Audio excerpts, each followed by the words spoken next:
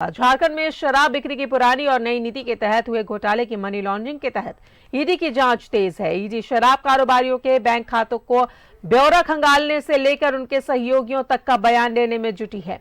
पिछले कुछ माह से रांची सहित पूरे राज्य में एमआरपी से अधिक मूल्य पर शराब की बिक्री हो रही है। दुकानदार एमआरपी से 10 से 40 रुपए तक अधिक वसूल रहे हैं।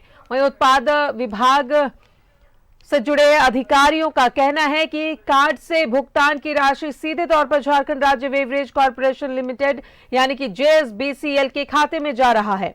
अगर ठीक से ऑडिट हो, दुकानों के स्टॉक और बिक्री की गंभीरता से जांच हो तो बड़ी राशि के हेरफेर का पता चलेगा। शराब घोटाले में ईडी की जांच जिस तरह से आगे बढ़ रही है, उससे अनुमान लगाया जा रहा है कि बहुत जल्द ईडी जेएसबीसीएल तक भी पहुंचेगी। ऐसी स्थिति में शराब की खरीद बिक्री स्टॉक सत्यापन में बड़ा खेल पकड़ा जा सकता है। कुल मिलाकर कहा जा सकता है कि कार्ड से अतिरिक्त वसूली का पैसा लेकर उत्पाद दुकानदार ईडी का काम आसान कर रहे हैं। बताएं कि राज्य में हर दिन औसतन 10 करोड़ की शराब की बिक्री होती है। ऐसे में रोज 50 लाख रुपए एमआरपी से अधिक कीमत की वसूली हो रही है।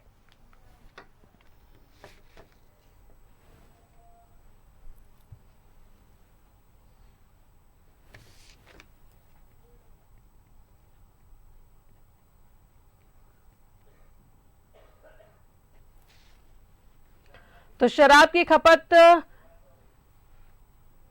और जिस तरीके से एमआरपी से ज्यादा पैसे वसूले जा रहे हैं, ईडी का काम आसान हो रहा है क्योंकि सीधे जेएसबीसीएल के खाते में डायरेक्ट पैसे जा रहे हैं और राज्य में हर दिन औसतन 10 करोड़ की बिकती है शराब। झारखंड में ईडी कर रही शराब घोटाले की जांच।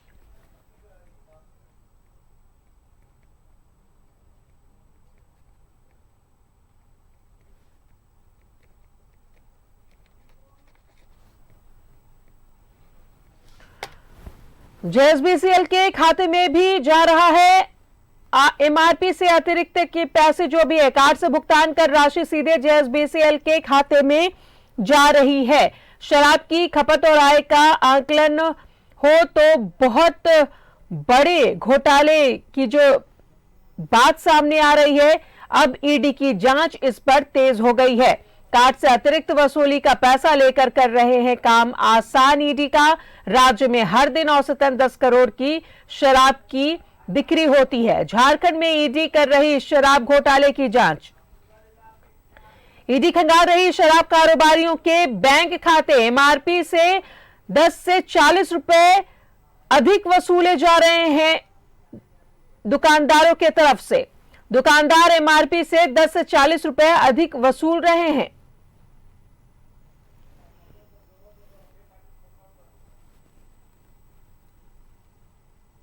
शराब की खपत और आय का आकलन हो तो पकड़ा जाएगा बड़ा हेरफेर और बहुत जल्द ईडी जेएसबीएल तक भी पहुंचेगी।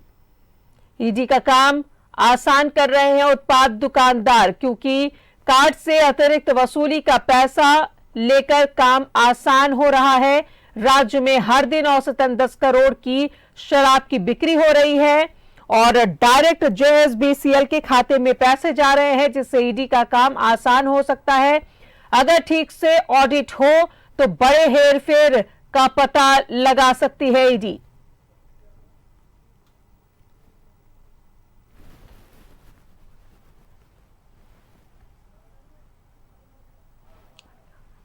और ज्यादा जानकारी लिए सीधे जुड़ेंगे सहयोगी अजय लाल हमारे साथ मौजूद है। अजय, ईडी की रडार पर अब शराब घोटाला है क्योंकि जिस तरीके से एमआरपी से ज्यादा पैसे वसूले जा रहे हैं, ईडी की जांच शराब घोटाले को लेकर तेज हो गई है।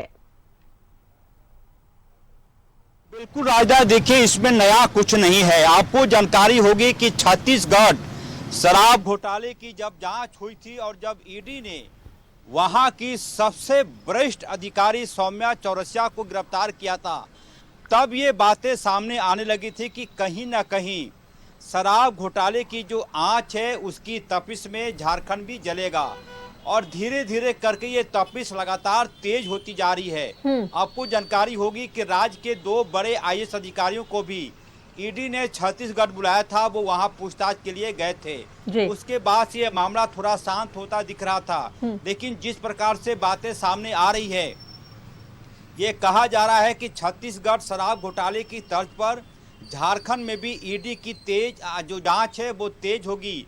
और जांच यदि तेज हुई राजदा तो कई इसमें बड़े चेहरे फंसेंगे, इसमें कहीं कोई संशय नहीं है।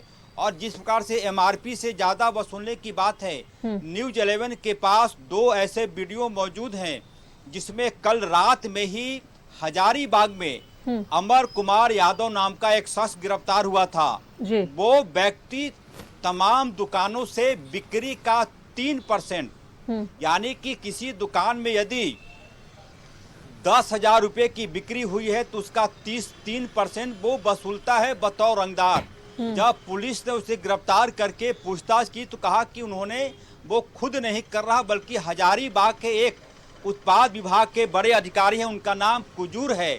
वो व्यक्ति पूरा नाम नहीं ले पा रहा था, सिर्फ पुलिस ने पूछा कि कौन से अधिकारी हैं, तो उन्होंने कहा कि कुजूर हम लोग उनको बोलते हैं, हजारीबाग जिले की बात है।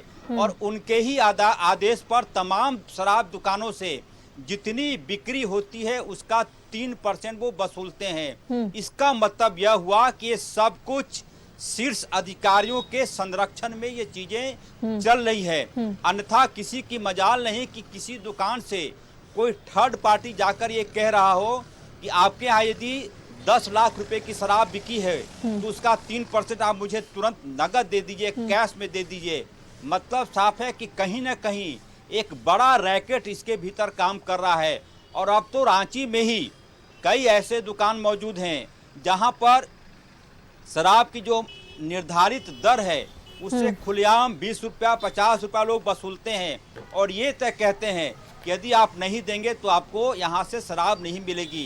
यानी कि पीने वालों की मजबूरी हो गई है कि एमआरपी से वो ज़्यादा शराब दें, पैसा दें और तब उन्हें शराब की बोतलें मिलेंगी। ऐसा नहीं है कि इसकी जानकारी शीर्ष अधिकारियों को नहीं है, लेकिन इसमें सबसे अहम सवाल ये है कि राज्य के उत्पाद मंत्री बेबी देवी जो कि अब चुनाव भी जीत गई हैं, इसका मतलब ये है कि उनकी जो उत्पाद मंत्री की कुर्सी है वो पक्की हो गई है। ऐसे मामलों में उन्हें संज्ञान लेने की जरूरत है। यदि ऐसी चीजें सामने आ रही है तो इसका क्या निराकरण है, वो कौन कौन से अधिकारी हैं जो अपने द्वारा निर्धारित थर्ड पार्टी से दुकानों से बिक्री का 3% वसूलते हैं। ये पूरा का पूरा एक बड़ा रैकेट है। कैसे ये चीजें संभलेंगी? और सबसे एक अहम बात यह भी कि यदि कहीं पर शराब की जो जब्ती होती है, बरामदगी होती है अवैध शराब का, उन शराबों का क्या होता है आज तक किसी अधिकारी ने नहीं बताया। अब कल्पना कीजिए कि यदि रांची से रामगढ़ उत्पाद विभाग के अधिकारी जा रहे हों छापेमारी में और एक ट्रक अवैध शराब की जब्ती हो गई तो उन अवैध शराबों का होता क्या है, कहाँ डंप किए जाते हैं। कई बार ये बातें सामने आई। उत्पाद विभाग के अधिकारी दबी जुबान से इस बात को स्वीकार करते हैं कि जो जब्ती वाला शराब है उसे फिर से खुले बाजार में बेच दिया जाता है। ये तमाम चीजें हैं। मुझे लगता है कि जब जांच तेज होगी ईडी की तो कई लोगों की गर्दनें इसमें जरूर फंसेंगी। राजदा, तो जितने भी शराब कारोबारी हैं जाहिर तौर पर उनके जो अकाउंट्स है वो खंगाल रही है ईडी। और एक और बड़ा हाथ ईडी के पास ये भी सबूत मिल सकता है कि कुछ जो डायरेक्ट पैसे होते हैं वो जेएसबीसीएल के खाते में डायरेक्ट जा रहे, तो कहीं ना कहीं ईडी का काम और आसान हो सकता है। और कई सफेद पोश जो अभी तक पर्दे के पीछे हैं, ईडी जिस तरीके से आगे बढ़ रही है, जांच कर रही है, वो सफेद चेहरे भी अब सामने आ सकते हैं। अजय,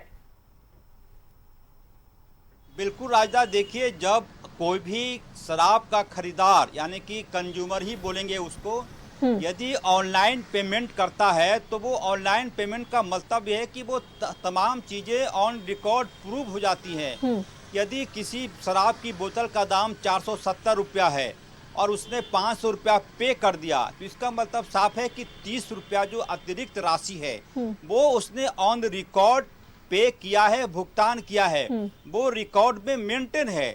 इन्हीं सारी चीजों के बारे में कहा जा रहा है कई मीडिया रिपोर्ट में कि शराब कारोबारी जो हैं, दुकानदार हैं, वो ईडी के काम को बिल्कुल ही सुलभ कर रहे हैं, इजी कर रहे हैं उनकी जांच में। ये ऐसे सबूत हैं जो कोई भी देख सकता है। मसलन कि 1130 रुपए की शराब की बोतल है यदि कोई महंगे ब्रांड है और किसी दुकानदार ने 1200 रुपया मांग लिया और संबंधित खरीदार ने, ग्राहक ने 1200 रुपया ऑनलाइन पेमेंट कर दिया। इसका मतलब ये हुआ कि 70 रुपया जो अतिरिक्त पैसे थे वो ऑन रिकॉर्ड ये बिल्कुल। दिखा रहा है कि ये बिल्कुल। पैसे गए। अब पैसे किस अकाउंट में गए, वो पेटीएम किस तरह से हो रहा है, ऑनलाइन पेमेंट किस प्रकार से हो रहा है, इसी के बारे में कई मीडिया रिपोर्ट में कहा गया कि ईडी के काम को ये शराब के दुकानदार, शराब के जो विक्रेता है वो आसान करें, एक ऐसा सबूत जिसे मिटाया नहीं जा सकता। तो जैसा कि मैंने कहा कि ईडी की जांच यदि तेज होती है तो कई लोग फंसेंगे, और यह भी कहा जा रहा है कि ईडी ने पूरा होमवर्क कर लिया है। जी। किसी भी दिन आप सुनेंगे कि शराब घोटाले को लेकर ताबड़तोड़ छापेमारी शुरू हो गई इस राज्य में। राजदा, चलिए, बहुत बहुत शुक्रिया आपका जो तमाम जानकारियों के लिए।